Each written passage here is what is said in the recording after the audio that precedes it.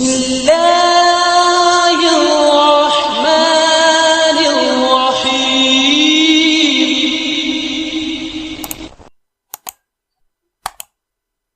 الحمد لله نحمده ونستعينه ونستغفره ونؤمن به ونتوكل عليه ونعوذ بالله من شرور أنفسنا ومن سيئات أعمالنا من يهده الله فلا مضل له ومن يضلله فلا هادي له ونشهد أن لا إله إلا الله وحده لا شريك له ونشهد أن سيدنا وسندنا وشفيعنا وحبيبنا وأولانا ومولانا محمدا عبده ورسوله أرسله الله تعالى بالحق كافة للناس بشيرا ونذيرا وداعيا إلى الله بإذنه وسراجا منيرا. أما بعد فأعوذ بالله من الشيطان الرجيم الذي يراك حين تقوم وتقلبك في الساجدين.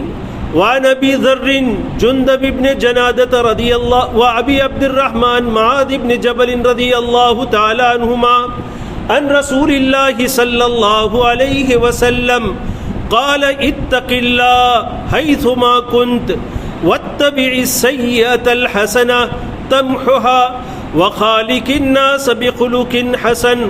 رواه الترمذي. أو كما قال عليه الصلاة والسلام صدق الله مولانا العظيم وصدق رسوله النبي الكريم ونحن على ذلك لمن الشاهدين ومن الشاكرين والحمد لله رب العالمين. محترم سامعین کرام، حضرت ابو ذر جندب ابن جنادہ اور ابو عبد الرحمن معاذ ابن جبل رضی اللہ تعالیٰ عنہ، یہ دونوں حضرات اس روایت کو روایت کرتے ہیں، فرماتے ہیں کہ رسول اللہ صلی اللہ علیہ وسلم نے ارشاد فرمایا کہ اللہ سے ڈرو جہاں بھی تم ہو، اللہ کا تقوی اختیار کرو تم جہاں بھی رہو. اور آگے ارشاد فرمایا وَاتَّبِعِ سَيِّئَةَ الْحَسَنَةَ، اگر کوئی برائی سرزد ہو جائے، کوئی بھول ہو جائے، کوئی گناہ ہو جائے تو فوراً اس کے بعد کوئی نیکی کر لو، اس نیکی سے وہ گناہ مٹ جائے گا. نیکی کرنے سے کیا ہوگا؟ وہ نیکی اس گناہ کو مٹا دے گی. وَخَالِقِ النَّاسِ بِخُلُقٍ حَسَنٍ، اور لوگوں کے ساتھ اچھے اخلاق سے پیش آؤ. اس کو امام ترمذی رضی اللہ تعالیٰ نے روایت کیا ہے. محترم حضرات، اس سے پہلے حدیث جبرائیل پر ہم نے کچھ باتیں عرض کی تھی. حدیث جبرائیل اسلام کے اصولوں میں سے اور دین کے بنیادی اعمال کو حدیث جبرائیل میں بیان کیا گیا، اور وہ بھی اس میں بھی اصل جو مضمون تھا وہ مراقبہ سے متعلق تھا، اور اس حدیث میں بھی جو مضمون ہے وہ بھی مراقبہ یعنی اللہ کی طرف متوجہ ہونے سے متعلق اور اللہ کے خوف اور ڈر کے متعلق اس حدیث میں بھی مضمون ہے، اور پچھلی حدیث میں بھی یہی مضمون تھا. اس حدیث کے متعلق بعض علماء یوں فرماتے ہیں کہ حدیث جبرائیل اتنی جامع حدیث ہے کہ دین کے تمام امور اور اللہ کے رسول صلی اللہ علیہ وسلم کی جتنی حدیثیں ہیں اس میں جو باتیں بیان کی گئی ہے ان تمام کی اصل اور جڑ اس حدیث کی طرف، حدیث جبرائیل کی طرف لوٹتی ہے. اسی وجہ سے بعض علماء نے اس حدیث کا نام ام السنہ رکھا ہے. جیسے قرآن کریم میں سورہ فاتحہ کا نام ام القرآن ہے کہ بھئی سورہ فاتحہ میں مختصر الفاظ میں اللہ نے وہ مضامین بیان کیے ہیں جو پورے قرآن میں پھیلے ہوئے ہیں، اور جتنی باتیں پورے قرآن میں پھیلی ہوئی ہے وہ لوٹ کر سورہ فاتحہ کی طرف آتی ہے، اس کی جڑ سورہ فاتحہ ہے، اس لیے وہاں سورہ فاتحہ کو ام القرآن کہا گیا. ایسے ہی حدیث جبرائیل کو بعض محدثین کہتے ہیں یہ ام السنہ ہے کہ رسول اللہ صلی اللہ علیہ وسلم کی تمام تعلیمات کی جڑ اس حدیث کے اندر ہے. اس کے بعد یہ حدیث جو بیان کی آگے حضرت ابو ذر جندب ابن جنادہ کی، تو اس روایت میں روایت کرنے والے دو صحابی ہیں. ایک تو ابو ذر ہے، ابو ذر رضی اللہ تعالیٰ عنہ مشہور صحابی ہیں، ان کے واقعات مشہور ہیں. ان کی کنیت یہاں پر ابو جندب لکھا ہے. ارے حضرت ابو ذر ان کی کنیت ہے اور نام ان کا جندب ہے. تو جندب کے بارے میں علماء نے یہ لکھا ہے کہ بھئی دال پر پیش کے ساتھ جندب بھی پڑھ سکتے ہیں, دال پر زبر کے ساتھ جندب بھی پڑھ سکتے ہیں, اور دال کے زیر کے ساتھ جندب بھی پڑھ سکتے ہیں. تو جندب ابن جنادہ, اور بعض حضرات نے جندب ابن عبداللہ بھی لکھا ہے, اور بعض حضرات نے جندب ابن بریر بھی لکھا ہے. یہ مختلف باتیں ہیں. اصل مراد ہے ان سے حضرت ابو ذر رضی اللہ تعالیٰ عنہ, اور حضرت ابو ذر رضی اللہ تعالیٰ عنہ وہ صحابی ہیں جو ابتدائی اسلام میں جب حضرت محمد الرسول اللہ صلی اللہ علیہ وسلم مکہ میں تھے, آپ کی دعوت کے ابتدائی عرصہ تھا, اور اس وقت حضرت رسول اللہ صلی اللہ علیہ وسلم اور جو صحابہ اکرام ایمان لے آئے تھے وہ سب چھپ چھپا کر اپنا کام کرتے تھے اور چھپ چھپا کر عبادتیں کرتے تھے. اس زمانے میں حضرت ابو ذر رضی اللہ تعالیٰ عنہ یہ قبیلہ غفار کے تھے, اور وہاں جب ان کو پتا چلا تو وہ تحقیق کے لیے پہلے کسی اور آدمی کو انہوں نے بھیجا تھا, لیکن انہیں تسلی نہیں ہوئی, تو پھر خود سامان سفر باندھا اور خود محمد عربی صلی اللہ علیہ وسلم کی خدمت میں حاضر ہوئے تھے. علماء نے لکھا ہے کہ حضرت ابو ذر رضی اللہ تعالیٰ عنہ وہ سب سے پہلے صحابی ہیں جنہوں نے امام الانبیاء سید القونین محمد عربی صلی اللہ علیہ وسلم کی خدمت میں حاضر ہو کر السلام علیکم ورحمۃ اللہ, جو اسلام کا سلام ہے, وہ سب سے پہلے ابو ذر رضی اللہ تعالیٰ عنہ نے محمد عربی صلی اللہ علیہ وسلم کو کیا تھا جب آپ کی خدمت میں حاضر ہے. وہ ان کو یعنی وہ مقام حاصل ہے. اس کے علاوہ علماء نے لکھا ہے کہ حضرت ابو ذر رضی اللہ تعالیٰ عنہ سے پہلے صرف 4 صحابہ ایمان لائے تھے اور 5ویں حضرت ابو ذر تھے. بعض حضرات نے لکھا ہے کہ نہیں صرف 3 لائے تھے اور 4تھے حضرت ابو ذر تھے. بعض حضرات نے یہ بھی لکھا ہے کہ 5 صحابہ اکرام ایمان لا چکے تھے اور 6ٹھے حضرت ابو ذر رضی اللہ تعالیٰ عنہ تھے. یعنی بڑے فضائل کے حامی ہیں اور بڑی ان کی خوبیاں ہیں.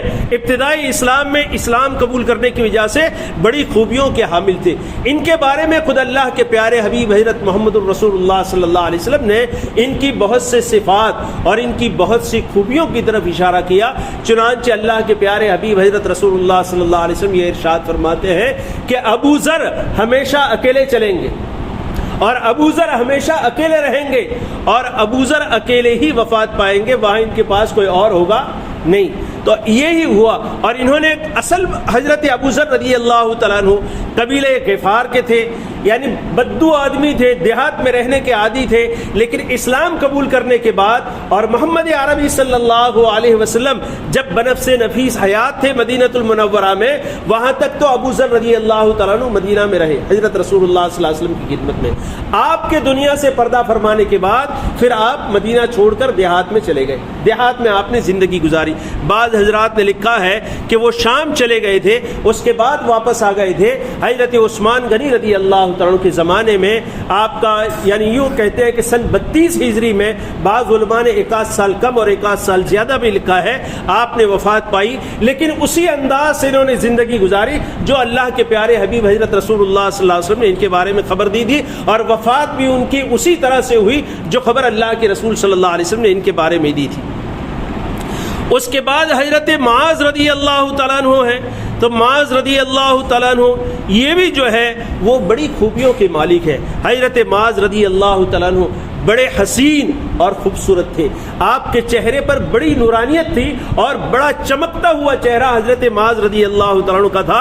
اور جیسے اللہ تعالیٰ نے حضرت معاذ رضی اللہ تعالیٰ عنہ کو ظاہری حسن سے نوازا تھا, آپ کی سمجھداری, آپ کی دانشمندی اور آپ کے اندر ذکاوت بھی بلند پایا یعنی کوٹ کوٹ کر بھری ہوئی تھی.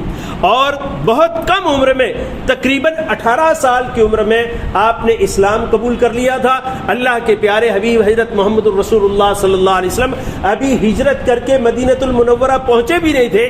اس سے پہلے عقبہ میں آپ نے اسلام قبول کیا تھا. اور عقبہ کیا ہے اس سلسلے میں پہلے پرانی باتوں میں ہم اس کو بیان کر چکے ہیں, ابھی اس کے عرض کرنے کا موقع نہیں ہے. وہ گھاٹی ہے جہاں مدینہ کے قافلے آتے تھے اور اسلام قبول کرتے تھے. تو عقبہ میں آ کر حضرت معاذ رضی اللہ تعالیٰ عنہ نے بھی ابتدائی زمانے میں اسلام قبول کر لیا تھا, اور بدر کے اندر بھی آپ شریک رہے تھے غزوہ بدر میں، اور تقریباً 33 سال کی عمر میں آپ اس دنیا سے چلے گئے تھے، وفات پائی تھی، لیکن بڑے جید علماء میں سے تھے آپ، اسلام کے علماء میں آپ کا شمار ہوتا ہے۔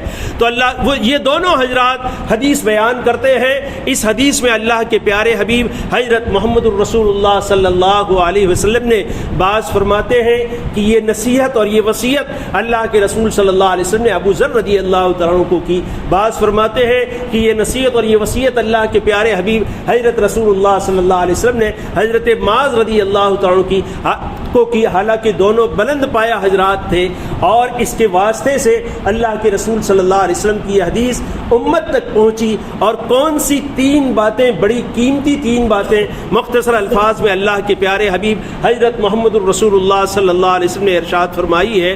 چنانچہ آپ نے پہلی بات یہ ارشاد فرمائی، اتق اللہ حیث ما کنت، جہاں بھی تم رہو اللہ کا تقوی اختیار کرو، اللہ کا ڈر اختیار کرو۔ علماء فرماتے ہیں کہ اللہ کا تقوی اور اللہ کا ڈر یہ ہے کہ جو احکامات اللہ نے نازل کیے ہیں حضرت محمد الرسول اللہ صلی اللہ علیہ وسلم کے واسطے سے، جو چیزیں کرنے کو اس امت کو اللہ نے کہی ہے، آدمی برابر کسی ایک بات کو بھی اس میں سے چھوڑے بغیر برابر اس پر عمل کرتا رہے، پوری طرح ان چیزوں کو اپنی زندگی میں بجا لائے۔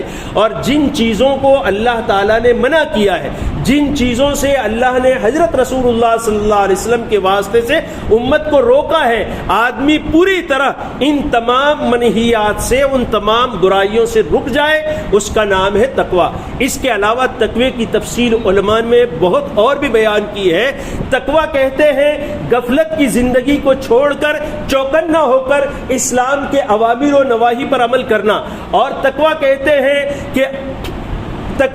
ہیں کہ جہاں بھی انسان موجود ہو ہر وقت اس کے دل اور دماغ پر اللہ کا ڈر اور اللہ کا خوف چھایا ہوا ہو۔